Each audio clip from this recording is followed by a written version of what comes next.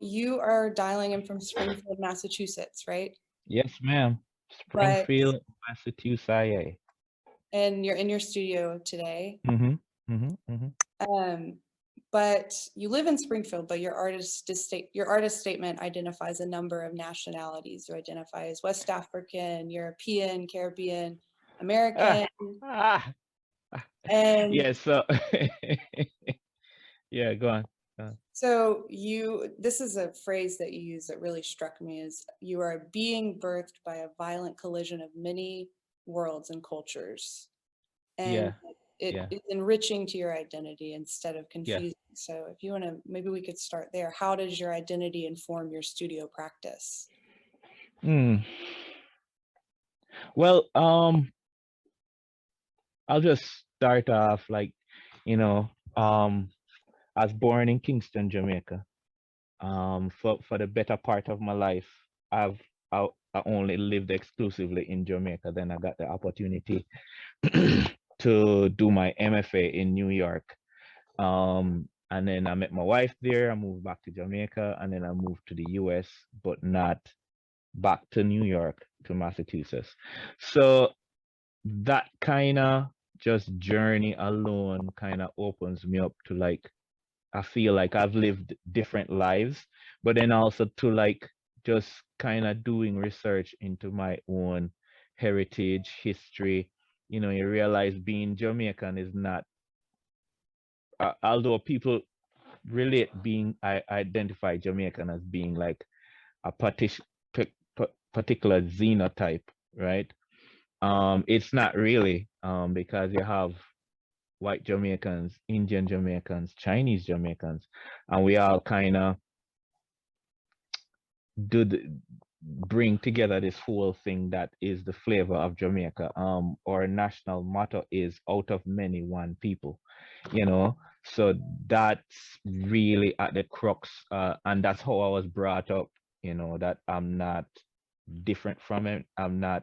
I might be different, but I'm not less than or better than anybody else. You know. So in terms of studio practice, that just bleeds into my whole psychological framework with what I deal with. That's why I feel such affinity to Western painting, to that kind of stylistic techniques and concerns, but then also to bringing, I think, a Caribbeanness to it, which just being Caribbean alone means that you're a hybrid. You're just a conflation of a lot of different parts and things. I hope that kind of explained it Yeah, in a nutshell. definitely. Definitely. And I know that it goes beyond your personal identity. You explore the human condition as a whole and Yeah, the yeah. interconnectedness of us with each other and us with the space we inhabit. But to go back just Yeah. really quickly, I think that your work behind me, Turn, Turn, Turn, Change, is a good exploration into that personal identity that you were talking about. So I'm gonna take us over there to the work. Yeah, sure. Perfect. All I right. just I just saw this baby. After so many years, I just saw it. Yes. Last this weekend. So Oh it's yeah. nice. Yeah, yeah, Well, yeah. it's so stunning in person. I just want to give people who Oh, haven't seen it an idea. But do you want to tell us a little bit about this work and sort of what you were thinking through when you created it? It's yeah. from 2010, so it's quite a long time Yeah. ago. Yeah. Wow. Wow. That's dating me. That's 11 years ago. Yeah. So this was like part of the seminal pieces that I created when I moved back to Jamaica from grad school. And growing up in Jamaica, as I said, like you have a lot of different racial or xenotypes, and but we all are together as one. Of course, black people are the majority, like maybe 80 to 90%. Um, but so I've never ever like thought necessarily seriously about, just racial identity like how it is for a Black American. But living in New York, instantly feeling like, oh yeah, I understand what it means to be a minority now. So all of those topics that I never like really looked at seriously. Not looked at seriously, but it never impacted me as much.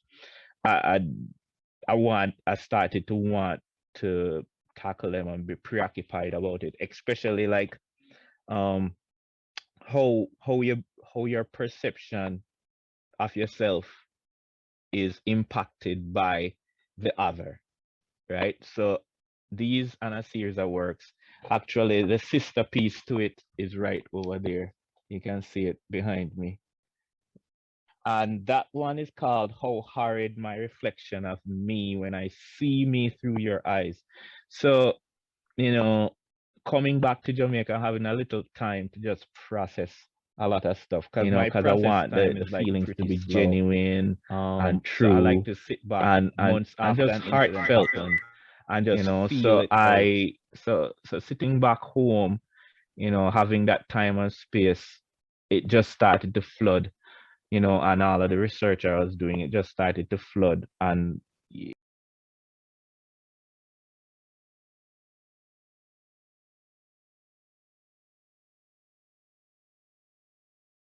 I think the most interesting thing about the piece is the pathos, that you see the figure, he's not aggressive, he's not shy, but there's this kind of sensitivity to that character, which I use my face, and at the same time I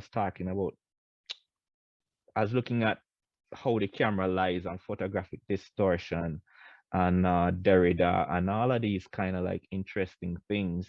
And then just using the photograph as an access point, but using a bad photograph too, because we're talking about perception.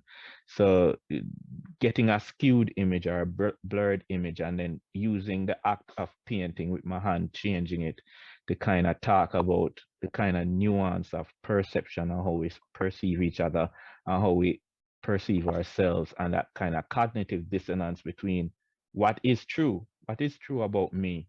Is it just my facial features, character, how I react, or is it something deeper? And so that work is like tackling that whole history and that context, that what I was feeling, and I'm maybe thinking about, along those kind of lines. Yeah, absolutely. Well, thank you. And I think about your work in the context of the other pieces in the show, and I feel like it really fits well in that it doesn't, like you say, it doesn't really do anything but articulate that confusion or that Yeah, difference. It doesn't really give yeah, a charge to it, positive or yeah, negative. It yeah. just subverts this idea that our identity exists in a vacuum or is dormant, Mm-hmm. Yeah. that it is really about this shared experience, and it doesn't have to be Mm-hmm. necessarily a negative Yeah. conversation. Yeah. Because like I think the chief thing that I kind of like fight against with my work is those kind of stereotypical portrayals of black males, because I don't personally identify with any of them. uh, you know, I'm not super angry. Uh, I I grew up in like a very, very, like, one of the bad places in Kingston, but I still wasn't a gangster. I wasn't, all of that kind of stuff, and so, and I tried to have like an even keel. So none of those archetypes ever feel like they fit, so, but it's a middle ground. It doesn't talk about weakness either, you know what I mean? So yeah, it's just something I just wanted to like thread the needle and kind of put something different out there, you know what I mean? Yeah, I think that when your own image is kind of taken from you and caricature Mm-hmm. and morphed, it's hard to Mm-hmm. reclaim it because everything becomes sort of in opposition to that, even the things that you want to embrace about yourself. Yeah, and funny enough, like my facial features do match that kind of classic 1950s like caricature of the black male. So that's why it's so nice to subvert it too, that I don't want to say Sambo, but there's like, I mean, earlier on I was like looking at a lot of like different cartoons, caricatures, and I grew up with Tom and Jerry, and I still love that kind of stuff. It's just funny to me because I don't see it as an attack. I see it as somebody trying to understand the phenomenology of from their point of view what it means to what is a black person. You know what I mean? So yeah, yeah, it's fun. It's pain and it's fun, and I like it.